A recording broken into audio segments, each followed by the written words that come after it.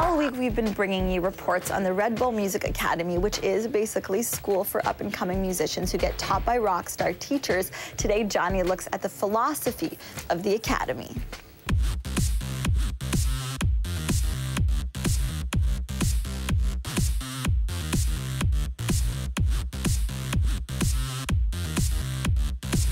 This year, the Red Bull Music Academy comes to the Matadero, Madrid, a center for cultural expression in Spain. We like the idea of creating a place where that kind of knowledge was passed on, where you could take inspiration from musicians from all sorts of different musical backgrounds, and where you would be meeting the people that have really coined different music styles to come and show you what they've done and how they've contributed to music culture, and maybe even give you a feeling that if you really wanted this badly, this was a way to have a life in music.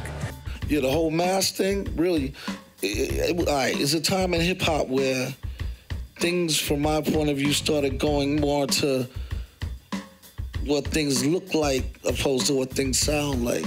When the Temptations heard it, they, without the strings, they said, we don't like this song. Now, back then, the life expectancy of a club DJ, and this is probably gonna all sound weird to you guys, was 5 years. You had 5 years to make it and then move on. And when we were in the studio that night that we heard about his death, his passing,